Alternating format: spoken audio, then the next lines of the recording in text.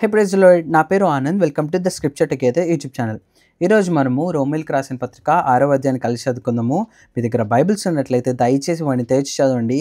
ఒకవేళ లేనట్లయితే స్క్రీన్ మీద వాక్యం వస్తుంది, దాన్ని చూసన్నా చదవాల్సిందిగా కోరుచున్నాను. రోమీయులకు రాసిన పత్రిక 6వ అధ్యాయము 1వ వచనము. అలాగైనా ఏమందుము? కృప విస్తరింపవలెనని పాపమందు నిలిచియుందుమా? అట్లా అనరాదు. పాపము విషయమై చనిపోయిన మనము ఇక మీదట ఏలాగు దానిలో జీవించుదుము?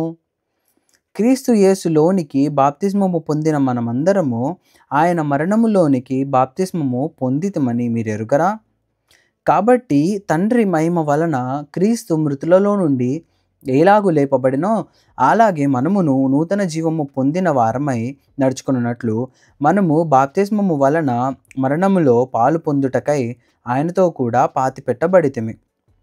మరియు ఆయన మరణము యొక్క సాదృశ్యమందు ఆయనతో ఐక్యము గలవారమైన ఎడల ఆయన పునరుద్ధానము యొక్క సాదృశ్యమందును ఆయనతో ఐక్యము గలవారమై యుందుము.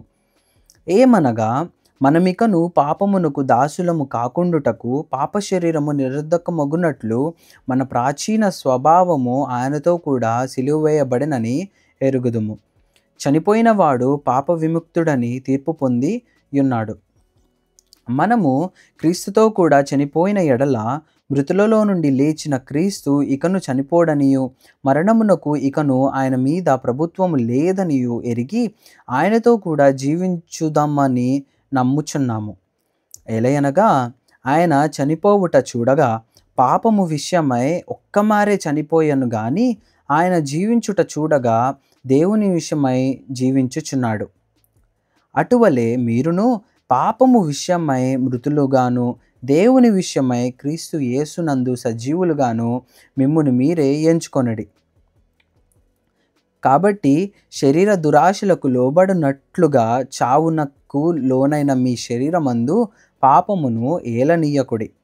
మరియు మీ అవయములను దుర్నీతి సాధనములుగా పాపమునకు అప్పగింపకుడి. అయితే మృతులలో నుండి సజీవులమనుకొని మిమ్మును మీరే దేవునికి అప్పగించుకొనుడి. మీ అవయములను నీతి సాధనములుగా దేవునికి అప్పగించుడి. మీరు కృపకే గాని ధర్మశాస్త్రమునకు లోనైన వారు కారు గనుక పాపము మీ మీద ప్రభుత్వము చేయదు. అట్లైన ఎడల కృపకే గాని ధర్మశాస్త్రమునకు లోనగు వారము కామని పాపము చేయుదమా? అదెన్నటికీ కూడదు. లోబడుటకు దేవుని మిమ్మును మీరే దాసులుగా అప్పగించుకొందురో అది చావు నిమిత్తముగా పాపమునకే గాని నీతి నిమిత్తముగా విధేయతకే గాని దేనికి మీరు లోబడుదురో దానికే దాసులగుదురని మీరెరుగరా? మీరు పాపమునకు దాసులయ్యుంటిరి గాని ఏ ఉపదేశ క్రమమునకు మీరు అప్పగింపబడితిరో దానికి హృదయపూర్వకముగా లోబడిన వారే పాపము నుండి విమోచింపబడి నీతికి దాసులైతిరి. ఇందుకు దేవునికి స్తోత్రము. మీ శరీర బలహీనతను బట్టి మనుష్యరీతిగా మాట్లాడుచున్నాను. ఏమనగా అక్రమము చేయుటకై అపవిత్రతకును అక్రమమునకును మీ అవయములను దాసులుగా ఎలాగూ అప్పగించితిరో అలాగే పరిశుద్ధత కలుగుటకై ఇప్పుడు మీ అవయములను నీతికి దాసులుగా అప్పగించుడి.